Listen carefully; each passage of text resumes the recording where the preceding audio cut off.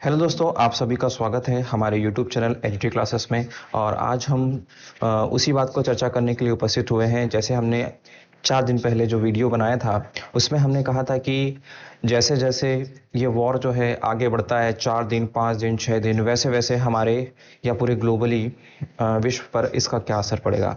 तो देखिए, आज की ही न्यूज़ है कि हम देख रहे हैं कि इंडिया में जो है एक क्राइसिस सा देखा जाने लगा है कि सिलेंडर के दाम जो है बढ़ रहे हैं। और साथ ही साथ अगर कॉमर्शियल सिलेंडर की बात करें तो एलपीजी जो है कॉमर्शियल रूप में क्या हो रही है, मिल ही नहीं पा रही है। क्योंकि गवर्नमेंट का सीधा सीधा ध्यान है कि जितनी घरों में जो जा रही है एलपीजी, उसको सबसे पहले जो है क्या किया जाए, सुनिश्चित किया जाए। और जो एलपीजी सिलेंडर, जो कॉमर्शियल सिलेंडर है, उसकी कुछ समय तक कटौती की जाए। अब देखते हैं क्या भारत में ये क्राइसिस लंबा चल सकता है। देखिए, अगर युद्ध लंबा खींचता है तो ये क्राइसिस बढ़ सकता है, लेकिन अगर युद्ध जो है थोड़ा सा जल्दी ही खत्म हो जाता है तो यहाँ पर ये क्राइसिस देखने को नहीं मिलेगा। लेकिन मैंने आपसे कहा था कि पेट्रोल डीजल के साथ साथ ऑयल के साथ साथ ये एलपीजी। अब सबसे पहले हम बात कर लेते हैं एलपीजी, लिक्विड पेट्रोलियम गैस की बात कर लेते हैं। लिक्विड पेट्रोलियम गैस जो है हमारे यहाँ लगभग 55% जो है हम आयात करते हैं। क्या करते हैं? आयात करते हैं। ये कहाँ से होता है? तो ये गल्फ कंट्री से हमारे यहाँ आयात होता है। क्योंकि ईरान वॉर के कारण जो है, जो पूरा का पूरा जो हर्मुज स्ट्रेट है वो पूरा का पूरा ब्लॉक कर दिया गया है ईरान के द्वारा। और ईरान ने जो है यहाँ पर एक और बात रखी है कि जो भी देश अगर हमसे क्या लेना चाहते हैं, ये जिन जिन देशों से जिनके कंटेनर अगर ले जाना चाहते हैं जहाज़ों के, तो वहाँ से अमेरिकी और इजरायली राजदूत को वहाँ से निकाला जाए।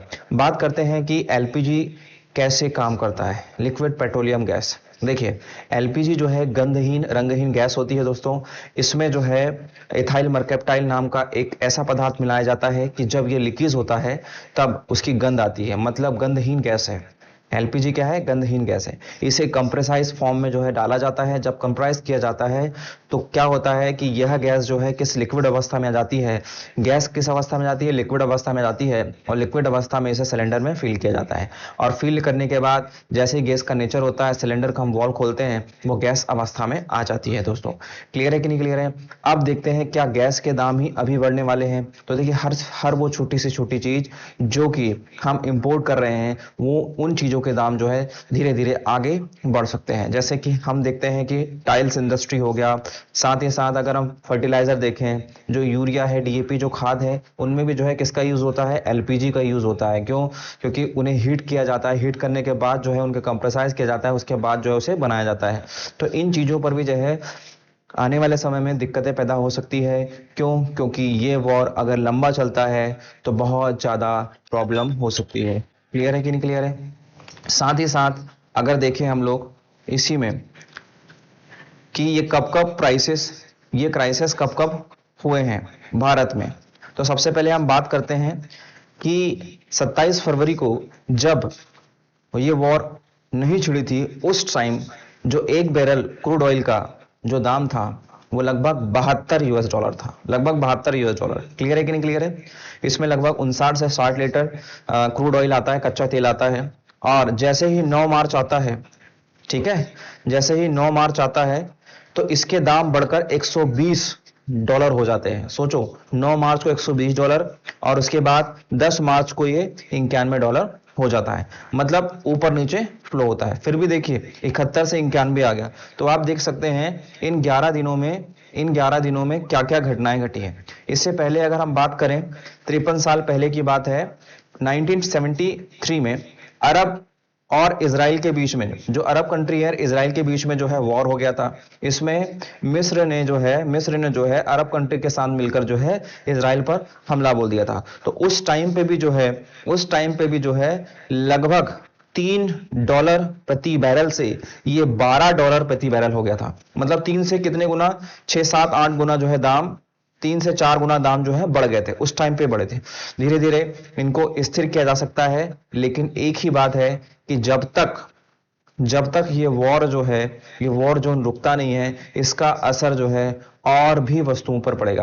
अब आप सोच रहे होंगे कि कैसे इनका असर पड़ सकता है, क्योंकि कुछ चीजें तो हमारे यहाँ ही बनती है, क्योंकि कुछ चीजें जो हमारे यहाँ बनती है तो उनमें जो रॉ मटेरियल यूज होता है वो बाहर से आता है, और जब बाहर से आता है तो सिंपल सी बात है, डीजल पेट्रोल के दाम बढ़ेंगे तो ट्रांसपोर्ट महंगा होगा, ट्रांसपोर्ट महंगा होगा तो उन चीजों के दाम भी ऑब्वियसली बढ़ सकते हैं। ठीक है, ओके। और साथ ही साथ अगर हम बात करें 1990 की बात करें तो ईरान कुवैत युद्ध हुआ था, क्लियर है कि नहीं, इराक कुवैत युद्ध हुआ था, इराक ने जो है कुवैत पर क्या कर लिया था, कब्जा कर लिया था। उस समय भी लगभग 173% जो है दाम जो है बढ़े थे इसके क्रूड ऑयल के।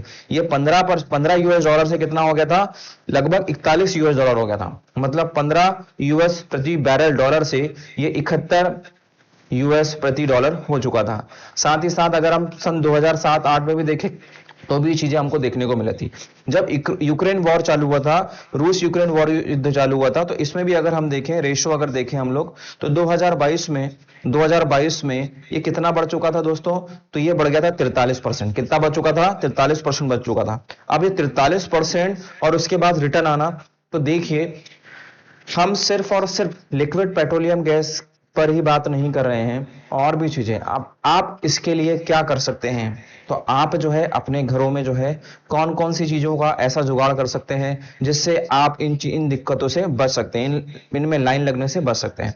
तो आप देखिए, लिक्विड पेट्रोलियम गैस के बजाय आप जो है इंडक्शन का यूज कर सकते हैं। इंडक्शन के साथ साथ जो है आप जो है सोलर से चलने वाला जो यंत्र होता है उसका आप यूज कर सकते हो, लेकिन वो थोड़ा सा कॉस्टली होता है। क्या होता है, कॉस्टली होता है। लेकिन 2000 में लगभग आपका क्या सकता है, इंडक्शन वगैरह आ सकता है, उसमें आप यूज कर सकते हो। अब हम ये देखते हैं कि आने वाले समय में ये दिक्कतें कब तक हो सकती है, या और भी ये चीजें बढ़ सकती है, या इसके आसार हैं। तो अमेरिका की बातें अगर देखें, इजराइल की बातें देखें, तो वो युद्ध को बहुत जल्दी खत्म करने की कोशिश कर रहे हैं, लेकिन ईरान का यहां पर बयान आता है कि हमारे पास इतना असला है कि हम 6 महीने तक भी जो है युद्ध को कंटिन्यू कर सकते हैं, मतलब इन ड्रोन को, मिसाइलों को दागते रह सकते हैं।